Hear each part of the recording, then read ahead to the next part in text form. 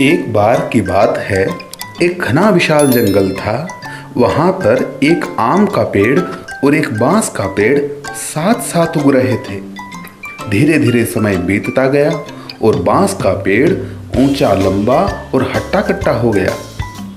एक दिन बांस के पेड़ ने नीचे देखा और आम के पेड़ को देखकर कहने लगा, अरे छोटू, मैं तुमसे उम्र में छोटा हूँ तो भी तुमसे कितना लंबा हूँ।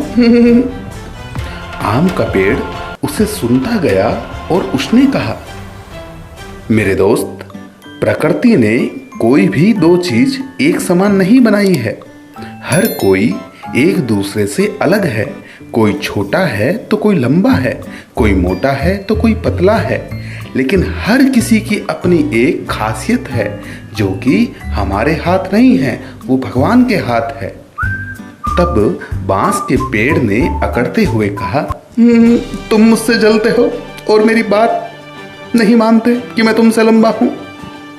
धीरे धीरे समय गुजरता गया और सर्दियों का मौसम आया। बर्फबारी शुरू हो गई और आम के पेड़ को ठंड लगने लगी और वह ठंड में सिकुड़ता गया।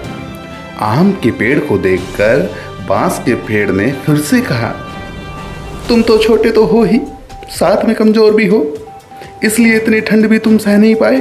मुझे देखो, मैं कितने आंधी तूफान ओले गिरने के बाद भी वहीं उसी जगह पर खड़ा हूं और मुझे कुछ भी नहीं हुआ है।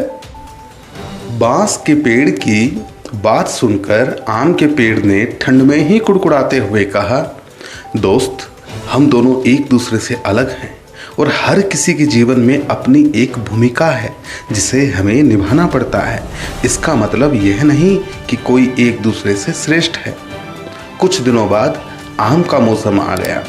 आम के पेड़ में पीले पीले नारंगी आम फल लग गए, जिसकी खुशबू इतनी अच्छी थी कि चारों तरफ आमों की ही खुशबू हो गई, जिसका लुत्फ उठाने वन्य जीव आने लगे। आम का पेड़ चिड़ियों की चहचहाट और अन्य छोटे जीव का खेलकूद का मैदान बन गया। जल्द ही आम के पेड़ से टहनियाँ झुकने लगी। यह देखकर बांस का पेड़ बोला, अरे छोटू, तुम छोटू तो हो ही, साथ में कमजोर भी हो। लेकिन इस बार आम के पेड़ ने कोई जवाब नहीं दिया।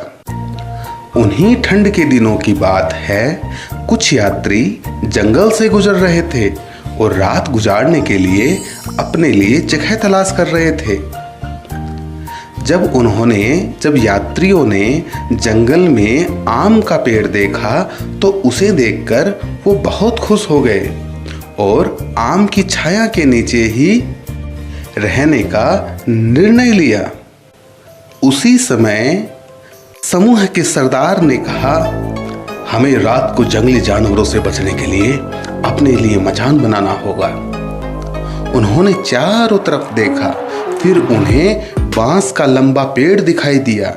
तब उन्होंने अपने कुछ साथियों की मदद से उस पेड़ के छोटे छोटे टुकड़े किए और अपने चारों तरफ एक घेरा बना दिया और रात को वह आम खा के चैन की नींद सो गए और जैसे ही सुबह हुआ वह वहां से चले गए। इसी तरह घमंडी बांस का तो अंत हो गया और आम का पेड़ फलता फूलता रहा। तो बच्चों, आपको ये कहानी कैसे लगी हमें कमेंट बॉक्स में जरूर बताएं और हमारा और आपका ये चैनल सब्सक्राइब भी कर लीजिए।